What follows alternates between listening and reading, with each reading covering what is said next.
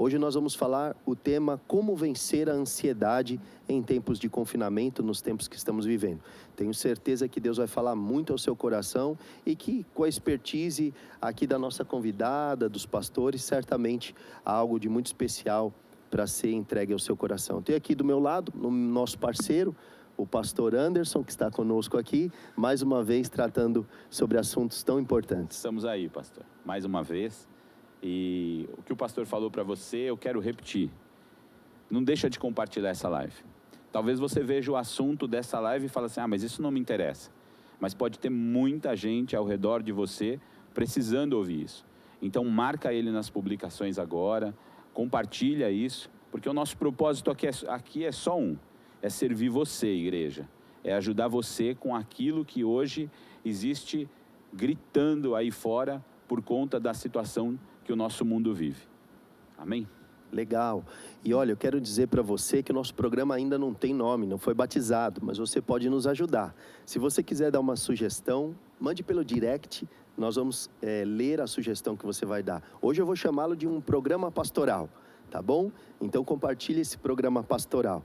Hoje eu tenho a apresentar aqui uma pessoa muito especial, que está aqui ao meu lado direito. É uma pessoa que tem demonstrado grande afeição pela obra de Deus, uma mãe, uma esposa e uma cristã muito fervorosa, muito abençoada. Ela é a Vanessa Morcrete. A Vanessa, que tem formação, ela é psicóloga e psicoterapeuta. E ela estará hoje aqui para responder algumas perguntas concernentes à ansiedade e depressão.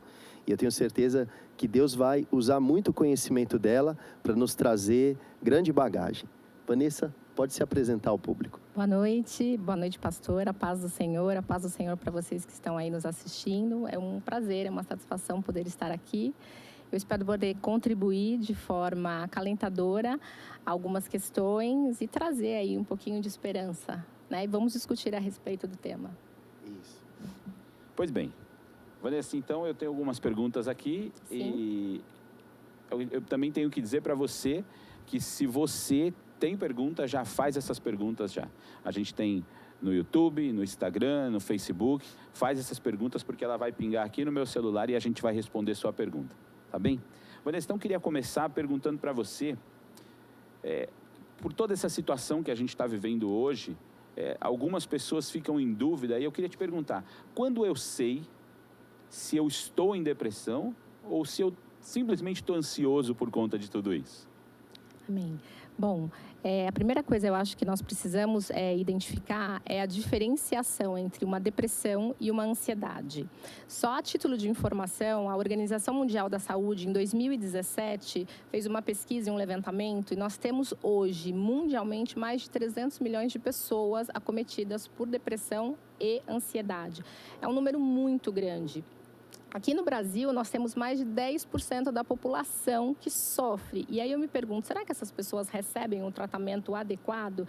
Porque as duas doenças, elas são silenciosas. Então, respondendo à pergunta que o pastor faz, como que eu posso saber se eu estou depressivo, se eu estou só ansioso ou se é uma patologia?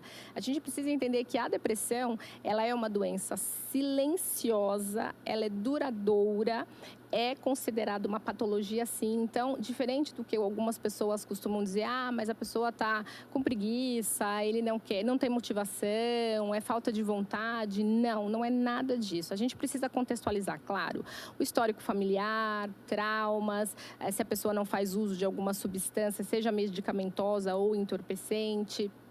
Mas a gente precisa entender que a depressão, quando nós falamos dela, é a falta de vontade de viver. Então, é o desânimo, é aquela tristeza que é mais que profunda, porque a tristeza, a gente pode pensar nela como um tempo determinado, ela é passageira, a depressão não, ela fica ali. Então, eu vou desistindo, eu vou me desestimulando, eu vou perdendo a vontade de viver. Eu acho que se eu pudesse traduzir melhor, é isso, é a perda da vontade de viver. Diferentemente da ansiedade, que também é uma outra patologia, e aí é onde a gente confunde com sintomas ansiosos, a ansiedade é aquela patologia que coloca a gente à frente. Então, eu costumo dizer que a ansiedade é uma doença das preocupações exageradas, exacerbadas e me tira do prisma do presente.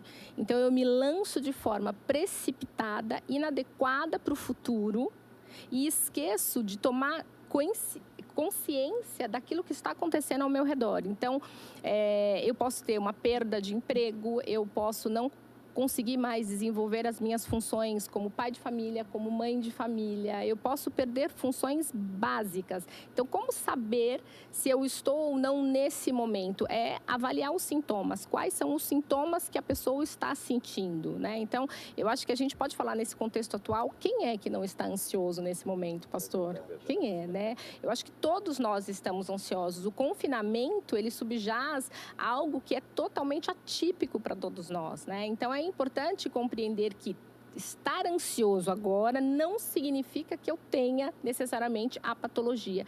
E caso eu venha a ter, isso precisa sim ser tratado. Até porque a gente vive num período de crise e automaticamente você fica ansioso. Normalmente você pode ficar ansioso, mas nesse momento de crise você acaba misturando as coisas, né? Sim. Misturando. Tem até um caso daqui da igreja, que eu até comentei com vocês, de uma pessoa que ligou e falou assim, meu marido perdeu o emprego, e agora? O que eu faço? Calma. Sim. Olha o copo cheio, não olha ele vazio, né? E o que seria esse olhar o copo cheio, olhar o copo vazio? Como que eu enxergo isso nesse momento em que, por exemplo, eu tenho um caso de alguém que ficou desempregado? Tá. Se a gente olhar, então, pelo prisma da iminência do desemprego ou realmente da pessoa ter sido demitida, o que a gente tem que entender? Como que essa pessoa vai funcionar dentro de casa? Hoje nós estamos vivendo dentro de um confinamento. Então, o que eu posso fazer dentro de casa para me ajudar, inclusive, a conter a decepção, a frustração que eu estou vivendo e as preocupações que são totalmente naturais. Então, assim, a pessoa perde o emprego, mas ela continua tendo que sustentar a casa, ser provedor, ela tem a preocupação com os filhos, o que eu vou colocar para comer dentro da minha casa. Então, eu acho que a primeira coisa mais importante é focar no presente. E a ansiedade faz o quê? Ela nos tira do presente. A ansiedade nos coloca num futuro que ele pode ser real ou imaginário. E é muito perigoso, porque eu não tenho um emprego hoje, mas eu acho que é importante a pessoa se colocar na condição que eu tenho recursos, algum recurso que vai vir do governo, eu tenho alguma gordura à parte, eu tenho uma outra qualificação, alguma outra aptidão que eu possa estar desenvolvendo enquanto eu não tenho o meu emprego atual. Então, eu acho que a primeira coisa é entender que em casa você não pode ficar ocioso, não cair no ócio. É necessário estabelecer uma rotina, e isso é importantíssimo, independente da perda ou não do emprego. Hoje, no confinamento, nós estamos vendo famílias se desagregando porque estão juntas.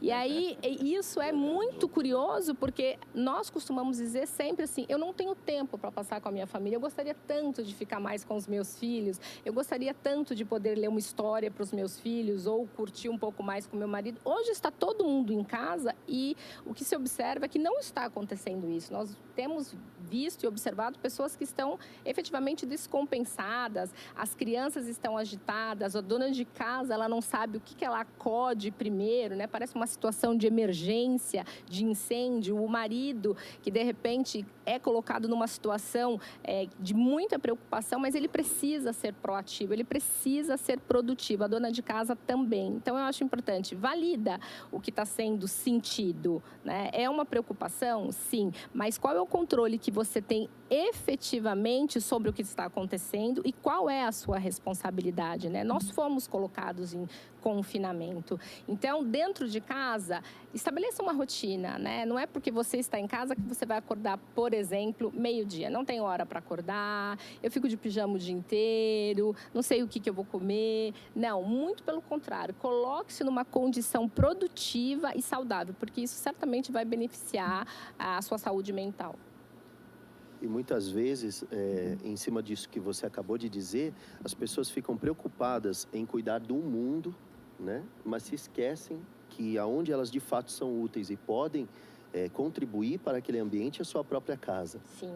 E o que a gente tem visto hoje é um aumento de casos de desinteligência entre família e até mesmo surto, né? Como alguns casos que temos atendido, onde pessoas que estão convivendo junto dão vazão a esse desespero, a essa ansiedade e acabam surtando, perdendo um pouco as estribeiras. Hoje mesmo eu atendi uma família assim. Então, qual é o conselho que nós podemos dar para essas pessoas, Van? O que você sugere? Veja, eu acho que a primeira coisa, a partir do momento que a família está unida em casa, nós temos que considerar as coisas que são positivas e que a família gosta de fazer em comum. Então, assim, a primeira coisa é organize-se.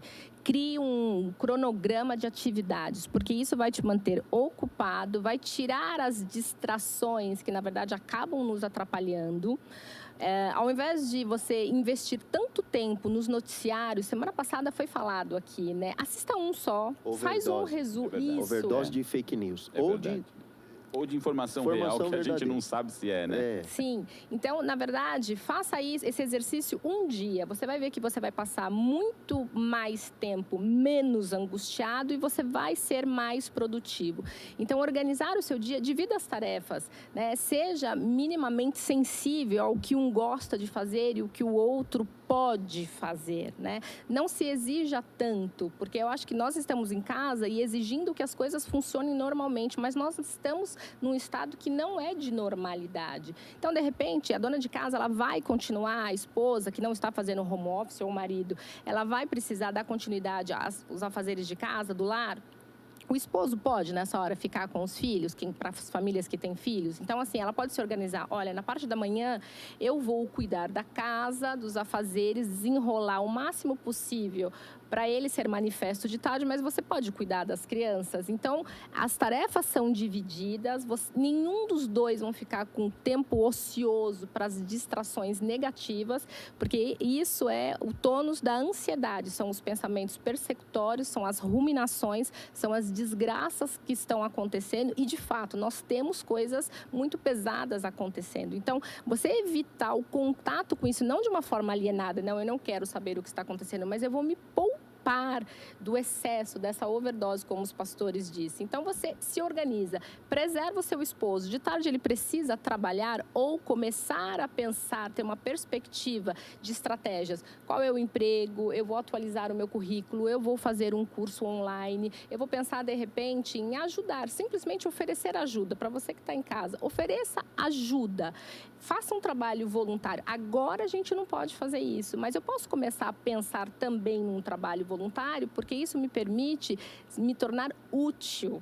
E a pessoa, numa situação de desespero, ela começa a se sentir inútil. Então, a gente tem que virar essa chave. Então, ainda que confinado, quantos cursos hoje existem disponíveis online? Verdade. Então, qual é o seu talento? Qual é a sua aptidão? De repente, você sempre quis aprender a, sei lá, cozinhar e não tem tempo. Aproveita para cozinhar, compartilha esse momento, né? E valida os sentimentos. Isso é a coisa mais importante. A gente tem percebido que, às vezes, o marido perde o emprego, a esposa perde o emprego, e você precisa do seu time, você precisa do seu tempo, né? Como que a mulher e o marido respeitam esse tempo que é necessário até que a pessoa caia a ficha, entenda o que deve fazer? Bom, no confinamento, isso ele fica mais exacerbado ainda, pastor. Então, eu acho que precisa existir o diálogo. É que até o diálogo acontecer, infelizmente, muitas das vezes, vão ocorrer discussões, mal entendimentos, brigas. Então, eu acho que nesse momento que a família se encontra reunida em casa, seja o esposo ou a esposa, eu acho que é necessário conversar e solicitar. Eu não estou dando conta, eu preciso realmente ficar tranquilo. Não é que eu não quero ajudar, porque eu acho que nós temos que ser agentes produtivos nesse momento, inspiradores. Mas a gente tem que respeitar também a necessidade daquela pessoa naquele momento. Às vezes ela pode estar tão ansiosa, tão angustiada que ela não está dando conta. Então, nesse momento, é necessário conversar. Nós temos um grupo de apoio também, você pode contar com um auxílio psicológico, né? Eu acho que hoje muitos profissionais da área da psicologia, eles estão oferecendo atendimento online, porque a gente consegue entender a necessidade também, o quão é difícil, não só estar confinado em casa, mas estar dentro de casa e com os conflitos brotando e sem poder fazer alguma coisa. Então é necessário a gente entender que, independente dos médicos que estão na linha de frente, nós também da psicologia podemos dar esse auxílio. É fundamental que hoje os profissionais que podem dispor do seu tempo para ajudar a comunidade é importantíssimo. Converse também, por exemplo, vai falar com um amigo, se você tem o apoio da sua igreja, converse, procure a sua igreja, o seu pastor, a sua comunidade. O importante é que você não fique sobrecarregado e acumulando, né, todas essas informações e esses pensamentos negativos. A gente recebeu uma pergunta que eu acho que é pertinente ainda no tema ansiedade. Remédios para ansiedade fazem mal? Olha só, a medicação, pastor, dentro do espectro da psiquiatria, ela tem que ser administrada por um profissional. Nós, da psicologia, nós não temos autorização para tal. Então, como responder uma pergunta dessa? Eu acho que a medicação, quando ela é necessária, ela não vai fazer mal, desde que o paciente faça uso correto e siga as instruções do médico. Então, existem casos de pacientes, sejam ansiosos ou que estejam em estado depressivo, que sim, precisam de medicação, porque tem uma disfunção bioquímica também. Então, não é só uma questão emocional. Então, a pessoa ela pode estar necessitada, sim, de uma medicação, porque ela está em procrastinação profunda, numa melancolia, ela perdeu as funções, os esfínteres, ela não tem controle, eu não tenho vontade de comer, eu não tenho vontade de levantar, eu não tenho vontade de ter o mínimo de higiene. Então, essa pessoa está sucumbindo, nós precisamos fazer um socorro urgente a essa pessoa. E ela pode estar à iminência de um surto. Então, achar que o depressivo, ele está em casa e ele não pode ter um pico, um surto, é um engano. Ele não tem essa energia de fato, ele fica prostrado. Mas a tentativa, aquele mínimo momento vital de lucidez é onde, inclusive, infelizmente, acontecem alguns casos de suicídio. Então, é uma tentativa de sair da situação, mas ela é frustrada porque a pessoa está tão desprovida de clareza, de discernimento, e a medicação, nesse caso, serve, inclusive, para aplacar, inclusive, essa angústia que é tamanha. É um sofrimento que o relato de pessoas depressivas é assim, elas não conseguem especificar o que elas estão sentindo. É assim, eu só não gostaria de sentir, eu não gostaria de existir. É uma dor, é um sofrimento muito intenso. Ele não é nomeado. Algumas vezes você consegue nomear, mas tem muitas vezes que você não consegue. Por exemplo, os médicos que estão fazendo esse trabalho brilhante agora, nesse momento, como que a gente garante que um profissional que está sendo submetido a ser exposto a situações de luto diário, tendo que decidir quem vive e quem não vive, como que essa pessoa, lá na frente, a gente não pode hipotetizar que ela não vai desenvolver mais que uma tristeza?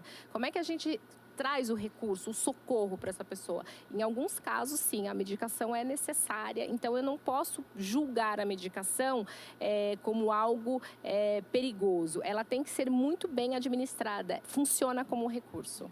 Perigoso é entrar no Mercado Livre e comprar. Sem dúvida. Isso é perigoso. Ser receitado por um médico, se automedicar, né? Sim. Doutora, chegaram algumas perguntas aqui, todas elas são exatamente com o mesmo contexto. Então, a primeira pergunta é: quais são os sinais claros da depressão?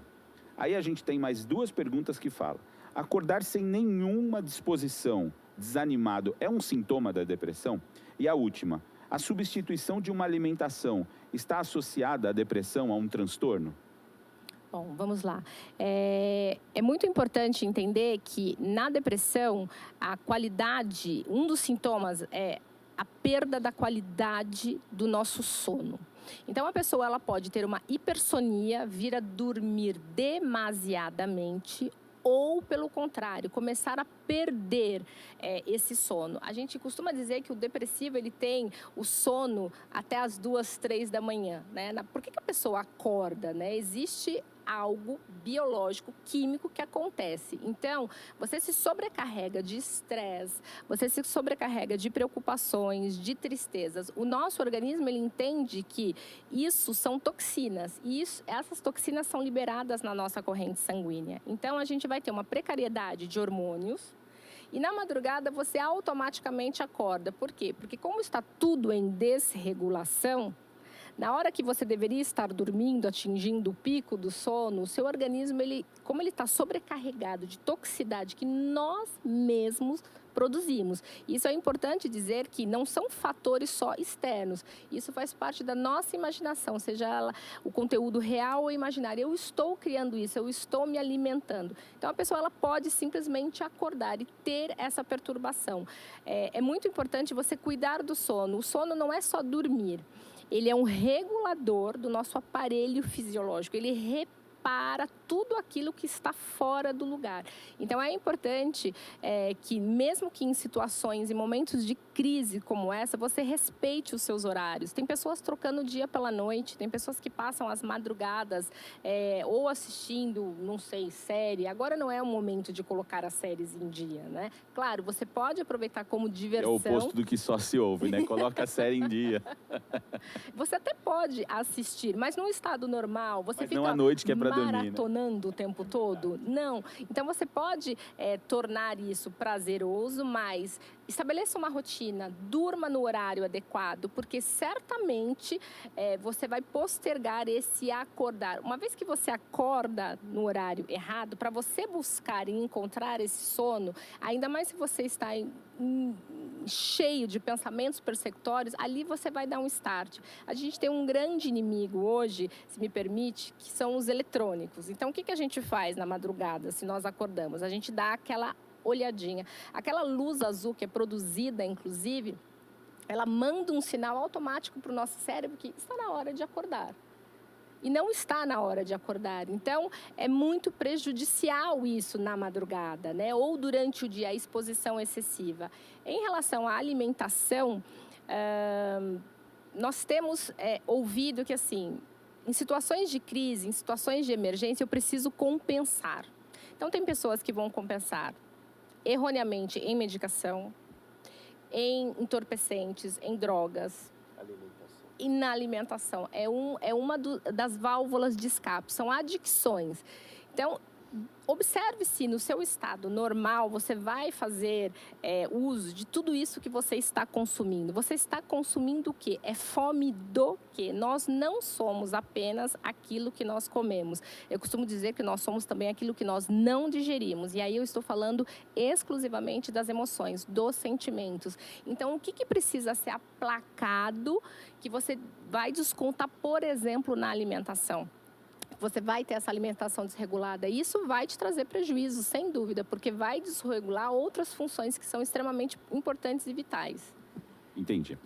A gente está tendo pergunta aqui que não acaba mais. Olha. Eu vou fazer uma pergunta que ainda relacionada a isso. Esse isolamento que nós estamos vivendo por causa de, pode causar algo no psicológico de uma criança? Moro em apartamento. Acho que ela quer entender um pouco se existe alguma impacto sobre e também se existe alguma estratégia para uma criança que está presa hoje dentro do apartamento. O que está acontecendo hoje pode causar um impacto para todos nós, para a família inteira, né? Os nossos pequenos, eles são, eu acho que as vítimas maiores de tudo isso, porque eles não têm discernimento suficiente para compreender o que está acontecendo.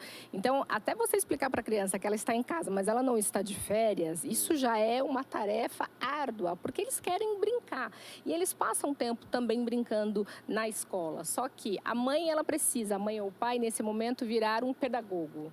Então, ela precisa adequar as tarefas. Então, é importante o quê? A criança pode ter um prejuízo? Pode, mas estabeleça uma rotina com ela. Então, acorde. De repente, você não vai acordar exatamente no horário que ela vai para a escola, que ela deveria estar indo para a escola, mas então posterga isso no máximo 1 hora a mais. Dá esse tempo para ela descansar. Então, faça as refeições adequadas, estimule ela com jogos, com brincadeiras. É muito importante nesse momento você ter um mínimo de luz solar.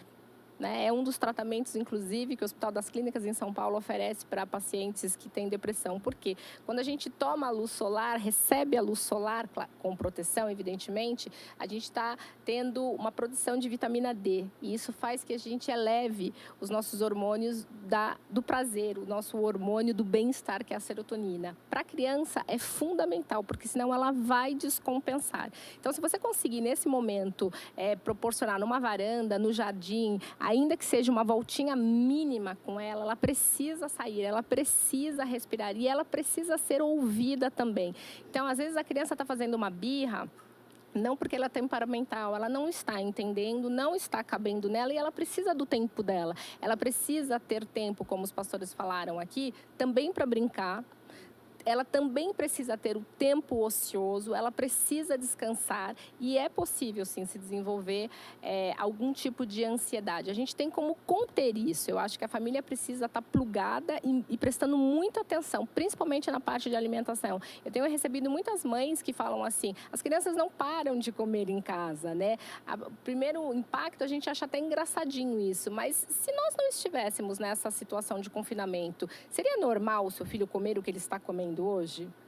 Ele estaria brincando e tão agitado como ele está hoje, sem regras, sem limite? Então, a gente precisa observar, porque pode ser um indicador, sim, lá para frente dessa criança vir a desenvolver uma ansiedade. Então, o certo é estabelecer uma rotina. Pegar uma folha de sulfite, escrever o que o filho vai fazer durante o dia, prender na geladeira e obrigar ele a fazer isso.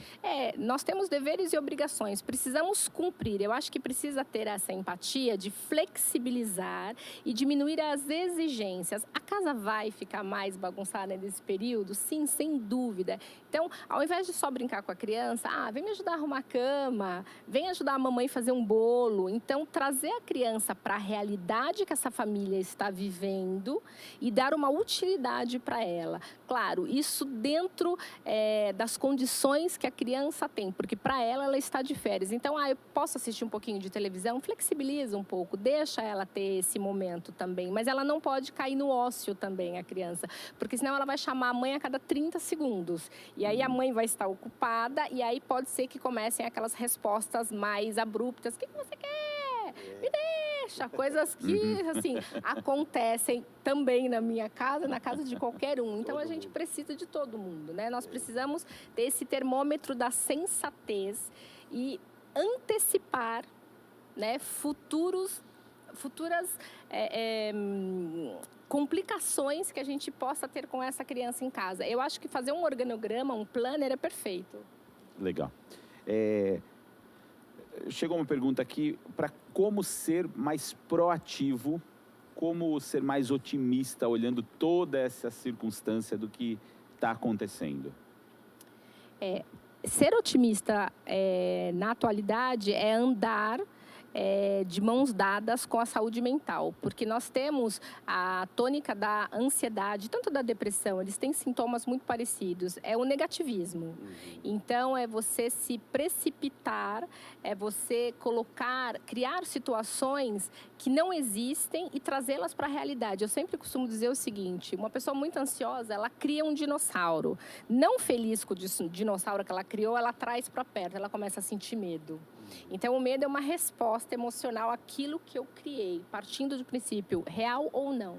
Então, como ser proativo nesse momento? É você respeitar, na verdade, os seus limites. Tem dias que e é normal ter essa oscilação, essa labilidade de humor. Então, é você se respeitar. Eu não estou bem agora, a gente pode conversar depois, né? O que eu posso fazer dentro da minha casa, confinado, que possa ser produtivo. Então, por exemplo, cursos online. Existem vários. Foque no presente. O que você gostaria de fazer que você não tem tempo? Por exemplo, eu gostaria de poder cozinhar.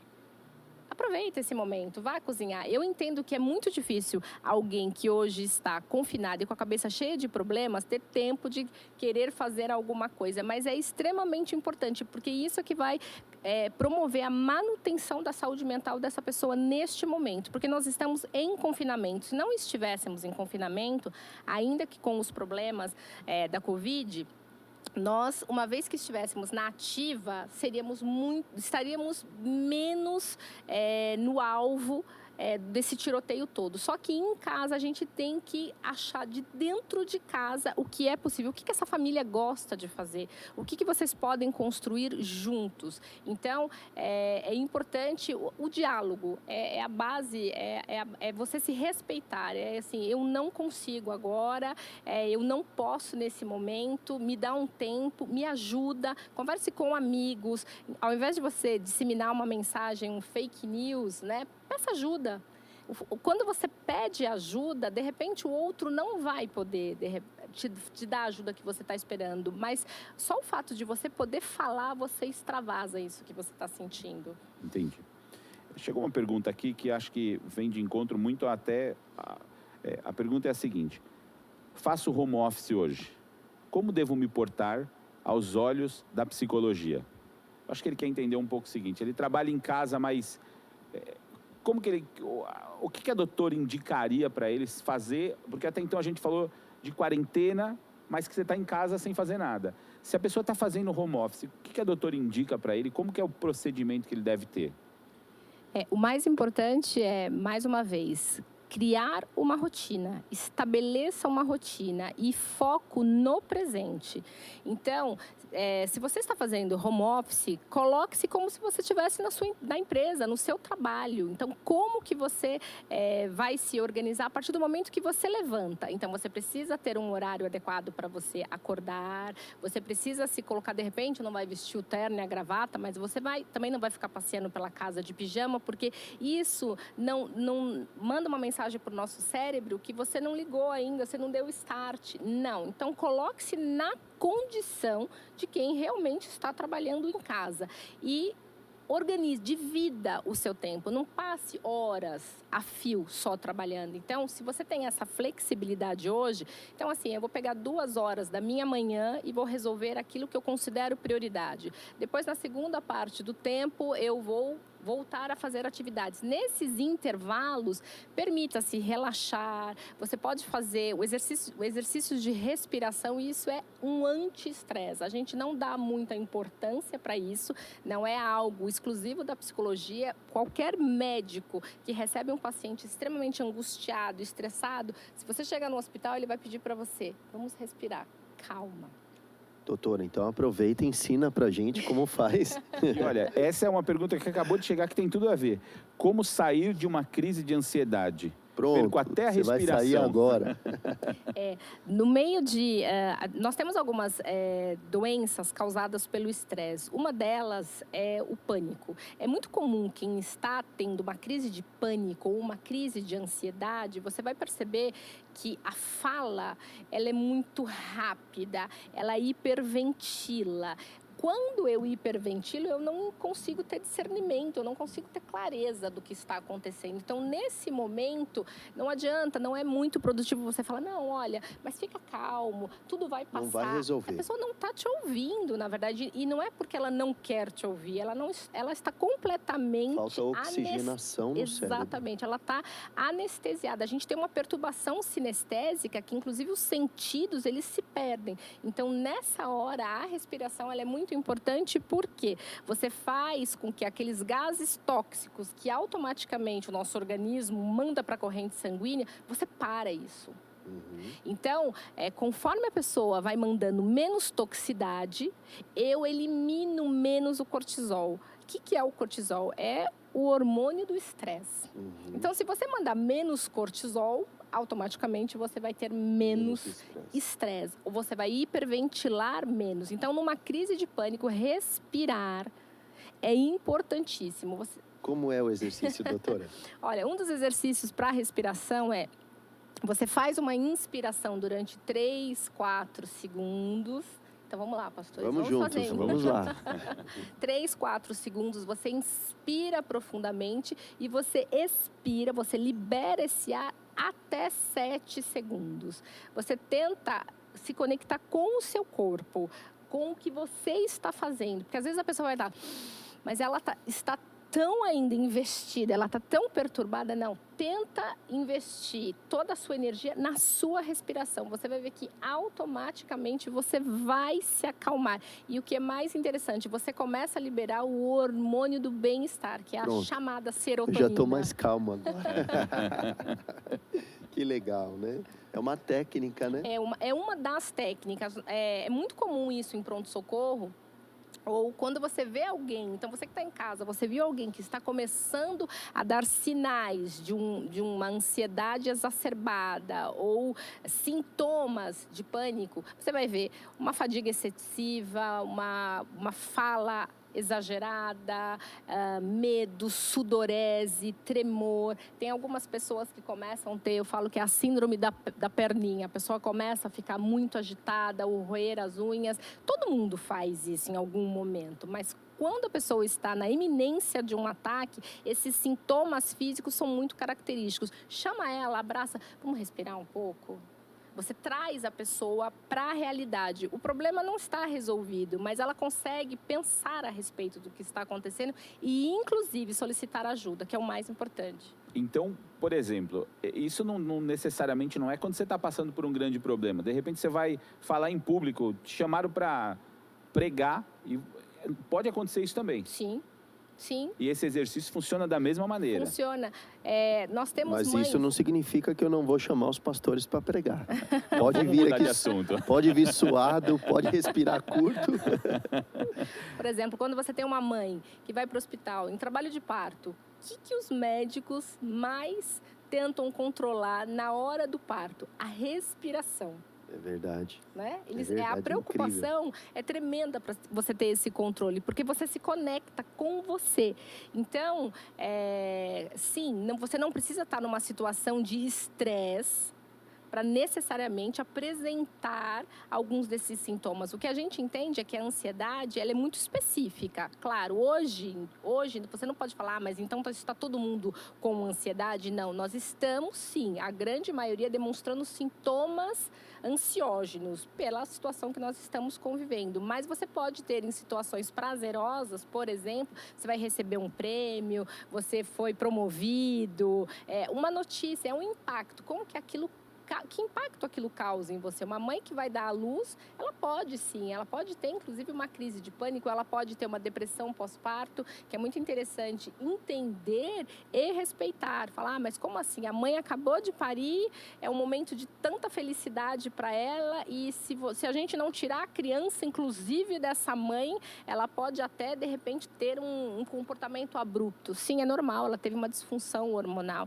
Então é importante que o parceiro ou os familiares nesse momento observe essa mãe, porque aí a gente está falando de uma depressão que ela é silenciosa, mas pode acontecer. Entendi. Eu queria aproveitar para ler um versículo da palavra, porque foi falado sobre o medo. E o medo, ele é uma manifestação e, ao mesmo tempo, ele é um agravante para a situação, né? É o fato de não só ter imaginado ou criado um dinossauro, mas ter trazido ele para perto. Então, a palavra de Deus nos fala, e eu acredito que a palavra de Deus, do Deus Todo-Poderoso, pode ser uma grande dissipadora do medo. Porque é o Deus que criou os céus e a terra, que está comunicando ao seu coração, um mero mortal, uma mensagem dentro da grandeza, da soberania e da fidelidade dele. E aqui nós temos em Isaías 43, verso 1. Eu gostaria que você que está passando pelo medo, escutasse o que o Senhor tem a falar ao teu coração, através dessa leitura. Mas agora, assim diz o Senhor, que te criou, ó Jacó, e que te formou, ó Israel. Não temas, porque eu te remi. Chamei-te pelo teu nome, tu és meu. Quando passares pelas águas, estarei contigo. Quando pelos rios, são metáforas para situações adversas, quando passares pelos rios, eles não te submergirão. Quando passares pelo fogo, ele não te queimará, e nem chama alguma arderá em ti. Então, você que está conectado conosco e que está passando por momentos de medo, de pânico, de pavor, de insegurança, ansiedade, desespero, talvez até já vem somatizando o que hoje pode ser, sim, uma depressão. saiba que você pode se fiar, você pode se respaldar na palavra de Deus. Porque a palavra de Deus não volta vazia. Deus é fiel. E Ele te diz, eu te remi. Eu não te remi para te deixar sucumbir. Por que eu faria um trabalho pela metade? A boa obra que Ele começou em nós, Ele há de aperfeiçoar até o dia de Cristo. Você sabe que hoje, eu peguei, minha filha estava brincando, ela está brincando inclusive com os meus livros, com as minhas bíblias, com os meus devocionais, e hoje eu achei ninguém mais, ninguém menos do que Charles Spurgeon na mão da Laura. E ela brincando com o príncipe dos pregadores, um dos maiores pregadores que teve o seu ministério no século XIX. E eu abri aleatoriamente, porque fui salvar o Spurgeon das mãos da Laura, e quando eu abri, no dia 30 de agosto, à noite, se você tivesse devocional, você pode ver, ele diz assim, eu sou o Senhor que te sara, eu sou o Senhor que te cura. E ali Spurgeon faz uma elucubração a respeito das diversas curas que nós podemos obter, inclusive da cura pelas mãos da medicina, pela mão dos médicos, que são peritos nisso, mas que mesmo assim são ministros de Deus de cura. Mas quando se trata dessa cura da alma, da cura emocional, e acredito ainda mais no século XIX, eles não tinham tantos recursos a que recorrer, e se fiavam fortemente no consolo, no conforto que a palavra de Deus nos trazia. Se Deus está dizendo, quando você passar pelo fogo, quando você passar pelo rio, quando você passar pelas águas, eu estarei contigo, descanse nele. Às vezes, não é só quem está do teu lado que tem que esperar, é você que tem que esperar a cura acontecer. Às vezes nós estamos tão ansiosos pela nossa cura e metemos o pé pelas mãos, colocamos o carro na frente dos bois, e no afã de buscar uma cura vem aquele ímpeto errado, que pode acabar até se desfechando num atentado contra a própria vida. Saiba que você é muito especial para Deus e que Ele pode esperar a tua cura do teu lado. Ele também pode te trazer alento em silêncio. Muitos homens de Deus na Bíblia foram curados sem uma palavra, só pela presença. Vou te dizer a presença de Deus. Ninguém mais, ninguém menos do que o apóstolo Paulo. Está preso na mesma antessala de morte que Jesus ficou. No mesmo cativeiro, na mesma cadeia, na fortaleza Antônia, ali pela guarda pretoriana romana, prendia Paulo em Jerusalém, no mesmo lugar onde Jesus ficou antes de ser executado. E nesse momento Paulo tem uma visão onde o próprio Jesus senta do lado dele. Você vê que Jesus não teve trauma. Jesus não tem trauma, nem mesmo do lugar da sua morte. Tem gente que passa em frente a um lugar onde um dia sofreu alguma coisa e já começa a tremer. Jesus foi para o mesmo lugar, sentou tranquilamente do lado de Paulo, olhou para ele e disse, Paulo, coragem, porque do mesmo modo como você foi meu testemunha aqui em Jerusalém, você o será em Roma. Sua jornada não acaba aqui, ainda tem uma Roma para você. Então, fiado na palavra de Deus, o temor de Paulo, porque o tem de bom ânimo de Jesus, o coragem, era uma resposta ao desespero interno, ao descompasso interno do apóstolo Paulo. Era o apóstolo Paulo sim, mas ele também estava desesperado, precisando de estabilidade emocional. E eu quero dizer só uma última palavra, uma última consideração, depois eu libero vocês para falar mais, é que em Efésios 3, nós encontramos um relato tão precioso, onde Paulo diz assim, que o Espírito de Deus possa corroborar com poder o homem interior de vocês. O homem interior, e essa é a minha oração. E essa palavra corroborar, ela remonta a lastro que se praticava dentro de embarcações. Talvez você não saiba, mas para uma embarcação, naquela época, se manter estável em meio a um mar revolto, deveria se fazer uma trança de cordas lá embaixo, dentro do porão da embarcação. E aquilo causava estabilidade, para que a embarcação não fosse destruída por uma onda lateral, que viesse lateralmente, por exemplo.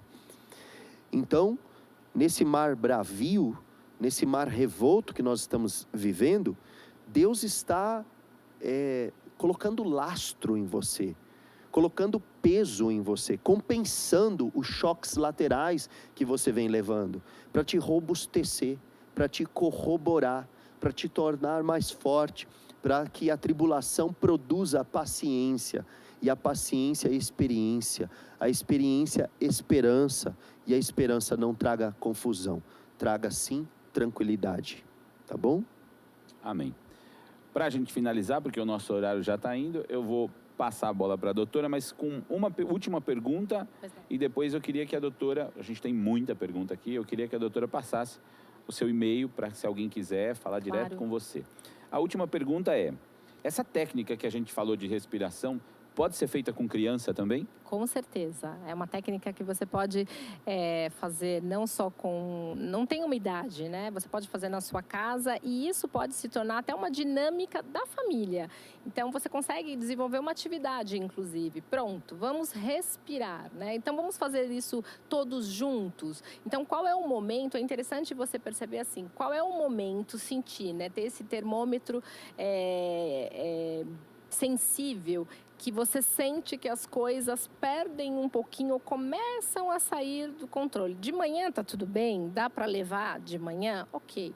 De tarde, depois do almoço, o pessoal tá com um pouco de preguiça. De noite a coisa começa a ficar no entardecer. Então é neste momento, vamos sentar e fazer uma dinâmica de respiração. E é possível sim aplicar com crianças. E as crianças são as que mais respondem, porque elas acham divertido, né? Segurar o ar, reter o ar. Então, no começo pode ser uma brincadeira, mas traz benefício sim à criança, a família inteira é beneficiada. Só para lembrarmos, quantos segundos? Você pode começar fazendo uma inspiração de 4 segundos, talvez isso para uma criança seja muito, então você começa com 2 segundos e depois você faz uma expiração, você vai dobrando, você faz uma inspiração de 4, expira 6, depois você vai aumentando. Hoje em dia, os recursos eletrônicos nos oferecem, tem aplicativo para respirar no dia a dia. Da mesma forma que tem aplicativos para você tomar água, para te lembrar que você precisa também tomar água,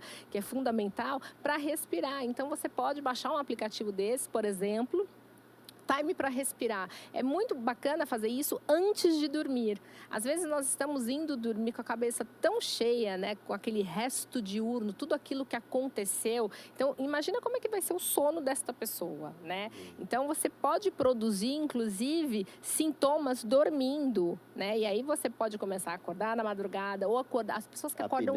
Apneia. Mas você pode acordar cansado. Aquelas pessoas falam, nossa, mas dormiu, tá cansado por quê, né? Então, o que você está levando com você junto para a cama? Então faça, eu aconselho também antes de dormir, fazer esse exercício de respirar. E complementando o que o pastor estava falando, a expressão da fé, ter esperança, é um exercício que nós recomendamos, inclusive na psicologia, principalmente para pacientes comprometidos com a depressão, porque o que eles vão perdendo, e os relatos eu não tenho vontade de viver, eu não tenho uma perspectiva, eu não tenho para onde olhar, né? Então, aproveitando o que o pastor disse, ter essa esperança, o exercício da fé nos coloca em perspectiva, nos traz para o presente. Então, a gente tira a pessoa daquele futuro imaginário ou daquele passado que ela está aprisionada e traz ela para o presente. Você dá, mesmo que em doses homeopáticas, mas é um cuidado também que a gente consegue fazer pelo exercício da fé. Que legal. Ela só vai passar o e-mail dela, Isso. aí... Eu vou deixar aqui então o meu e-mail para todos vocês que tiverem dúvidas, sugestões, ou eu tenho uma pergunta que não deu tempo de ser feita, eu coloco-me à disposição. O meu e-mail é morcrete, é um pouco complicado, mas eu vou soletrar, morcrete,